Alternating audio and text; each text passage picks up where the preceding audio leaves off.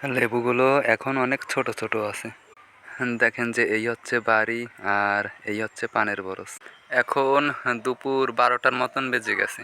প্রতিদিন আমরা এই রাস্তাটা থেকেই বের হই, আর এটা হচ্ছে আমাদের বাসায় ঢোকার রাস্তা। বরিশালের যেখানেই আসবেন শুধু পানের বরজই দেখতে পাবেন। দেখেন যে এই সাইডেও আছে পানের বরজ।